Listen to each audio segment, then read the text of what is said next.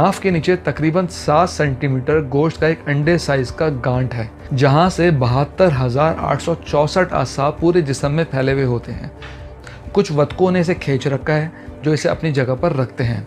अगर किसी वजह से ये टिश्यूज़ अपनी जगह से हिल जाएं तो नाफ टल जाती है, यानी अपनी जगह से खिसक जाए या उतर जाना, जिससे सेहत के बहुत से मसाइल पैदा होते हैं।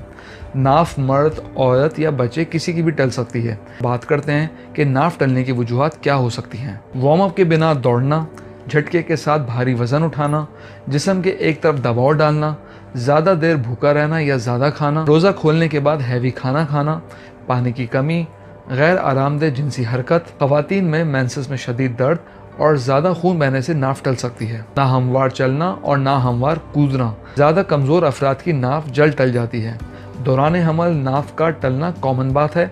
नाफ टलने की अब अलामात के बारे में हम बात करते हैं। अगर नाफ ऊपर की जानिब खिसक जाए तो सांस लेने में दुश्वारी, कमर में दर्द और दिल की धड़कन का बेतरतीब हो जाना शामिल है।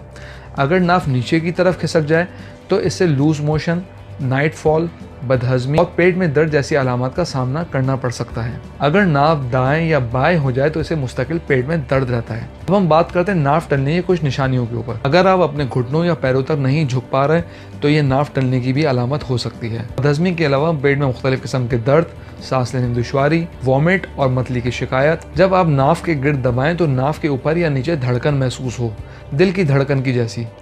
अब हम बात करते हैं कुछ एहतियात की। चलते वक्त तवाज़ुन बरकरार रखें, खाली पेट वज़न ना उठाएं, झटके से कोई चीज़ ना उठाएं, भूखे रहने से गुरेज करें, अपनी सलाहियत से ज़्यादा वज़न ना उठाएं। अब हम इसके इलाज की बात करते हैं।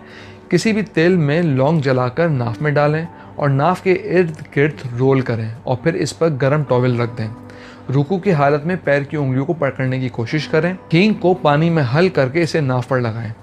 उल्टा लेटें और इसके लिए योगा बेहतरीन एक्सरसाइज है। अगर आप YouTube पे सर्च करें तो नेवल डिस्प्लेसमेंट के लिए आपको योगा की वर्जिशें मिल जाएंगी।